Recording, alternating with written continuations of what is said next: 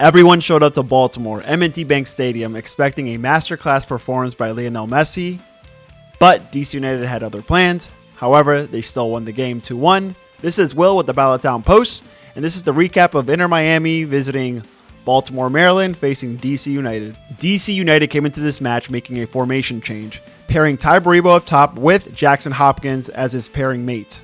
The early strategy was clear: limit Messi's opportunities with the ball and force players like Rodrigo de Paul to force the ball and movement up top.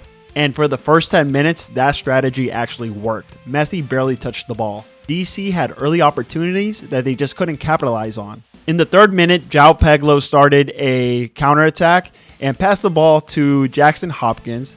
And Hopkins either lost focus and took his eyes off the ball, but that was a missed opportunity for DC United to strike first early into the game. Then in the 15th minute, DC United had another counterattack transition opportunity. Bartlett passes the ball to Jackson Hopkins.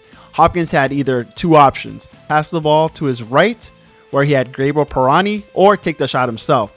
He opted in for a long ball that was on target, but an easy save by Sinclair.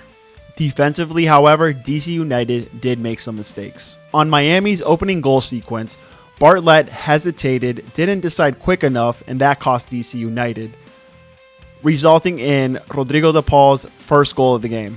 As we review this play, Bartlett had a split second to decide, but as a center back and the captain of this team, you have to make that decision fast, especially against a team like Miami who controls ball possession, and usually they don't really press teams, but with their new striker Badarame, different type of player, and that's what it caused the turnover for this team, going down 1-0 early. As we review this play, Bartlett had two players open on his team to pass the ball. It was either Sean Johnson or his teammate Kyle Rolls. There was literally no players in the box for Miami, not a pink shirt in sight, and decides to hold on to possession, turns it over, and there you have Rodrigo de Paul capitalizing on the first goal of the game. Big mistake from your captain. You can't have that. That cannot happen, especially against a team like Miami. It just takes one goal and then the floodgates open. And for a team like DC who struggles to score goals, it really deflates the team's overall confidence. Then again in the 27th minute, Salvetti weaves a beautiful pass to Messi right between Bartlett and Kyle Rolls and scores the second goal of the game. That's when Messi was at his happiest during the game. At that point, Bartlett was having probably one of the worst 30 minutes a center back can have. At halftime, the stats were actually surprising. Both teams finished the half with 5 total shots, but Miami had 3 shots on target compared to DC United's 1. As we expected, Miami dominated possession with 62%, and DC United at 38%. At that point, you're probably thinking as a DC United fan, oh man, already down 2-0, it's halftime.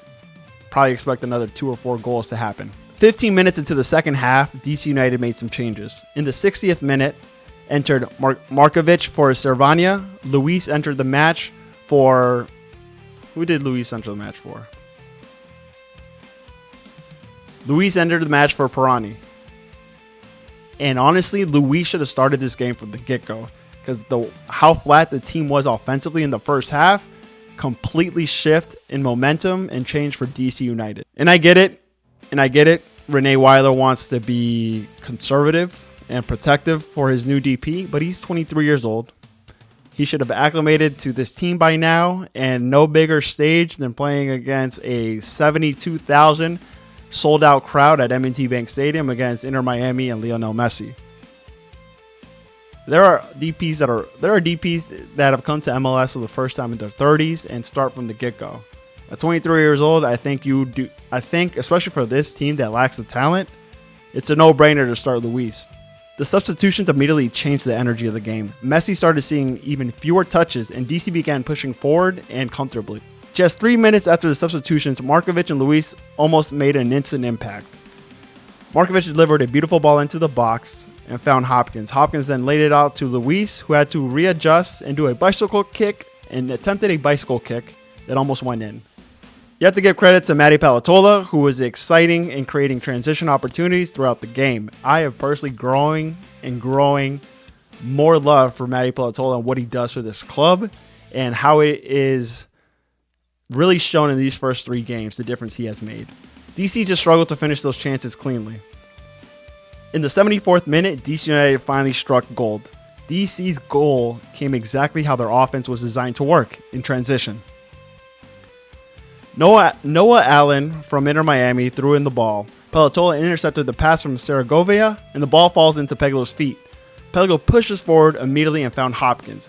Hopkins strikes without hesitation, bounces off St. Clair's hands, and there's the tap-in for Ty Baribo.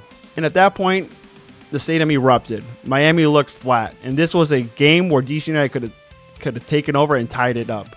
In the final minutes, minute 82 of the game, Caden Clark comes in and makes immediate impact, pushing, making defenses feel uncomfortable. And then in the 91st minute, Miami had the chance to kill the game. DePaul misses a big opportunity that would have sealed it for the club. And you can see Messi's frustration with his teammates not executing and putting this game to bed. United kept pushing, trying to find the equalizer before the final whistle. But ultimately, the club did lose 2-1. Inter Miami's Messi didn't even stay behind to say his goodbyes and meet with players from DC or Inter Miami, and went straight to the locker room when the game concluded. What we learned from DC United, and I'm going to look through my notes here.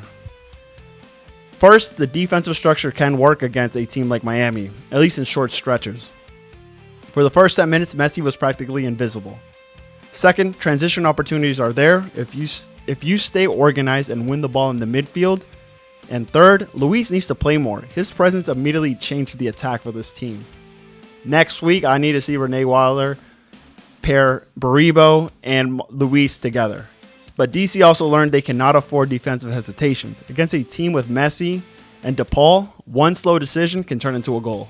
In closing, DC United just didn't do enough to tie this game up. But they showed fight, they created chances, and they pushed Miami all the way to the final whistle. And if this team can clean up a few defensive mistakes, capitalize on those transition opportunities, and don't hesitate, this could be a club worth supporting this season and maybe get that final playoff spot.